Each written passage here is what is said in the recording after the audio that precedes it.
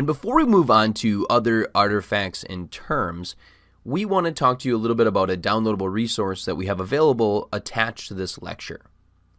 So one of the key things about learning user stories is being able to see a bunch of examples of actual user stories, and that'll help you get some context and help you wrap your arms around the overall concept of user stories and how they apply within projects. As I mentioned, attached to this lecture is a resource with 35 example user stories. The first 10 user stories actually have the user story, the as a, I want to, so that portion of the user story, as well as acceptance criteria, as well as sometimes some description and additional details or wireframes for that user story. So the first 10 user stories are a little bit more in depth and have all those details as part of it.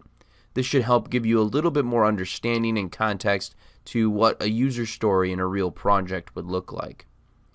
Once we get through those 10, the next 25 user stories are just the user story. So we didn't include any acceptance criteria or wireframes here.